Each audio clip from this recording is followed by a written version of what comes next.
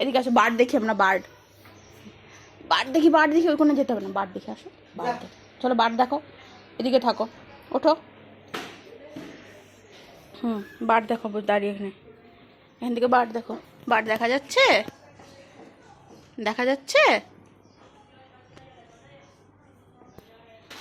Bird দেখি, আমরা bird দেখি। ওর ওই কোণাতেই যেতে হবে, গিয়ে পড়বে, ব্যথা পাবে, তারপরে ঠিক হবে। বেদ, এদিকে আসো।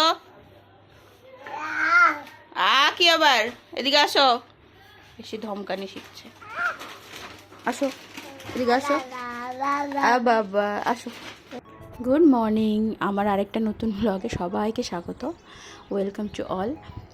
আজকে আমাদের দিনটা শুরু হয়েছে, এই যে দুষ্টু আজকে অনেক সকাল সকাল উঠে গেছিলো, এবার বদমাশি করছে। ওর ঘুম থেকে উঠে ভাইয়ার রুমে না আসলে হয় না, তো ওই যে ভাইয়ার রুমে আসছে। ভাইয়া তো স্কুলে গেছে, এখন ওর দাদাগিরি চলছে।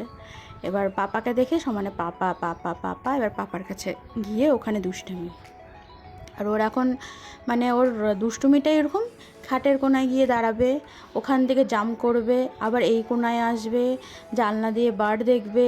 আর নিজস্ব খেলনার প্রতি তো কোনো ইন্টারেস্ট নেই। তাছাড়া যত জিনিস আছে, রিমোট, ফোন, বেল্ট, সব কিছুর প্রতি ওর ইন্টারেস্ট।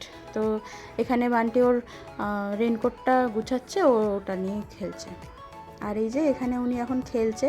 তা আমি ভাবলাম আজকে আমার যে মানে আমাকে যে হেল্প করে কাজে বাড়িতে, তো ও একটু লেট করে আসছে, তাই ভাবলাম যে বেদের অনেক ড্রেস আছে যেগুলো অনেক ছোট হয়ে গিয়েছে, বা এই উইন্টারে হয়তো পড়েছে, লাস্ট উইন্টারে হয়তো, বা এই উইন্টারে আর হবে না, উইন্টার আস্তে আস্তে অনেকটাই বড় হয়ে যাবে, ওগুলো আর হবে না। তো আমি ভাবলাম কি ওগুলো গুছিয়ে রাখি, ওর জায়গাটাও খালি হবে, ওয়ার্ড্রপটাও খালি হবে, আর একটু পরিষ্কার করাও হয়ে যাবে। কিছু কিছু নতুন ড্রেস এখনও তো মানে ট্যাগই খোলা হয়নি, তো প্রচুর ড্রেস হয়ে গিয়েছে ওর। তো আমি সেজন্য ভাবলাম যে কিছু কিছু ড্রেস বেছে বেছে রাখি, আর যেগুলো হবে না সেগুলো আমি আলাদা করে রাখি।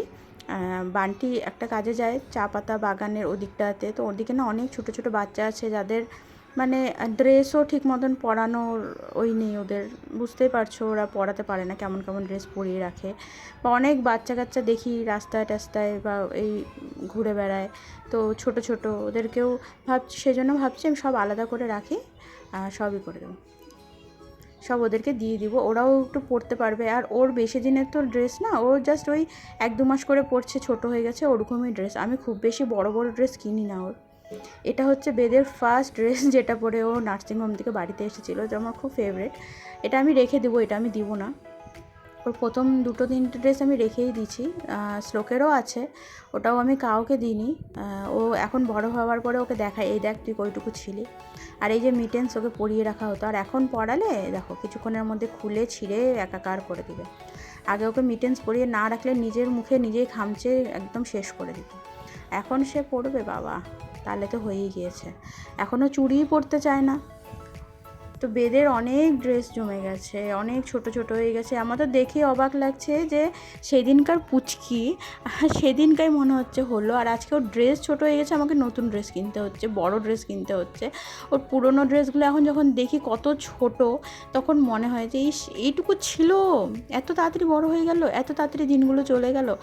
আর শ্লোকের সময়ও মানে দিনগুলো এমন করে চলে গেছে, তো শ্লোক যে কী করে বড় হয়ে গেল আমি না বুঝতেই পারলাম না।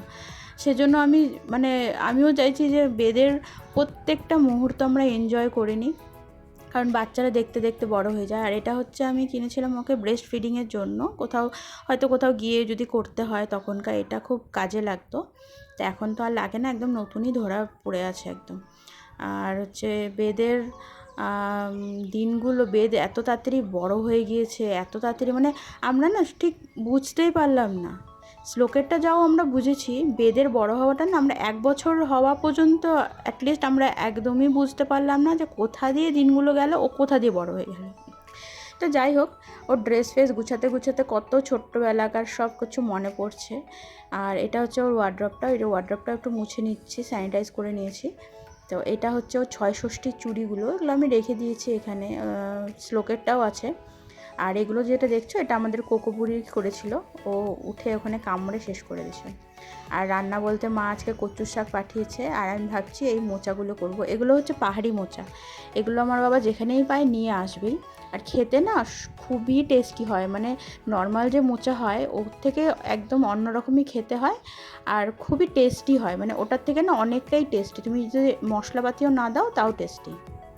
আর এখানে দুই ভাই ঘুমোচ্ছে, ও এসে একটু টায়ার্ড হয়ে গেছিলো, স্কুলে গিয়েছিলো, স্কুল থেকে হঠাৎ করে ফোন যে ওর শরীরটা খুব খারাপ করছে, তো এসে ওকে নিয়ে আসা হলো, এসে ও শুয়ে পড়ছে। আর শ্লোকও স্নান টান করে, সরি বেদও স্নান টান করে দুই ভাই শুয়ে পড়ছে।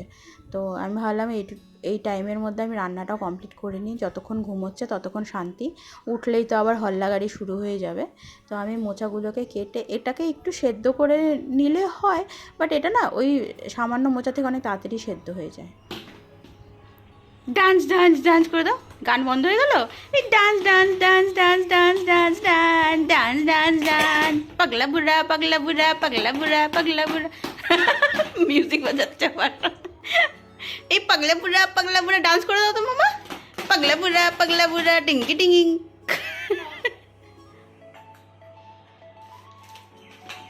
কি টেস্টি না। হ্যাঁ, এখানে রাতের জন্য আমি একটু ছোলা বয়েল করে রেখে দিচ্ছি, তাহলে খুব সুবিধা হয়। ছোলা বয়েল করতে দিয়ে আমি ভাবলাম যে ওকে লাঞ্চটা করে দিই। আজকে ওর আছে ভাত, আর হচ্ছে আজকে আমি ওকে দিয়েছি পাবদা মাছ, একটা পাবদা মাছের ঝোল।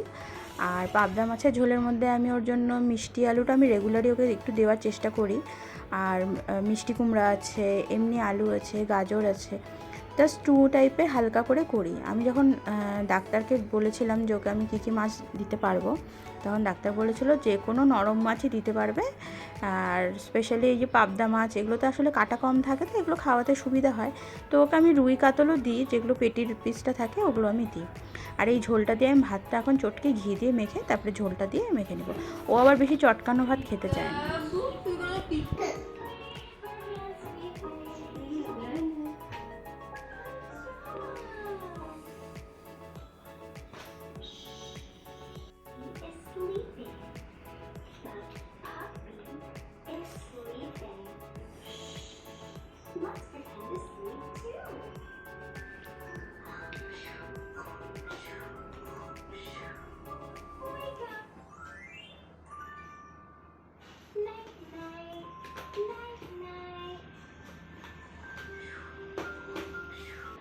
শ্লোক যে কখন বড় হয়ে গিয়েছে এতটা আমি বুঝতেই পারলাম না। আসলে না আমি ওকে ফলো করেছি, বেদ হওয়ার পরে যেন ওর ম্যাচুরিটিটা বেশি বেড়ে গেছে, মানে একটা দাদা কর্তব্য এই জিনিসগুলো খুব চলে আসছে।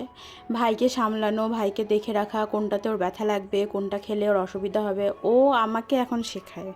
ভাবুন, ও আমাকে শেখায় যে না মা এটা দিও না, ওর এটা হবে এটা হবে। আর ভাইকে তো মানে একদম, মানে আমি তোকে বলি তুই ওর সেকেন্ড প্যারেন্টস, তোর একটা বেবি ব্রাদার, এটা একদম বাচ্চার মতন করে দেখে, ওর কোথায় ব্যথা লাগলো, কোথায় জোরে ধরলাম, কোথায় কি করলাম, ইভেন আমাদেরকেই শেখাতে আসে এটা করো না ওটা করো না, এটা করলে ওর এই হবে, ওটা করলে ওই হবে, ব্যথা লাগবে এই লাগবে। কখন যে ছোট ছেলেটা এত বড় হয়ে গেল না, মানে দেখতে দেখতে সময় কি করে চলে যায় বলুন। যাই হোক, খুব এইভাবেই যেন ওরা থাকে।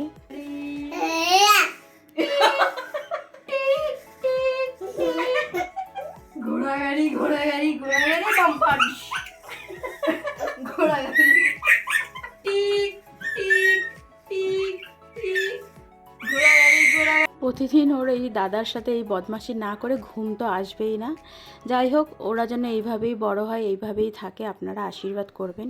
আমাদের ব্লগটা দেখার জন্য অনেক ধন্যবাদ, থ্যাংক ইউ, প্লিজ সাবস্ক্রাইব করবেন। Bye bye.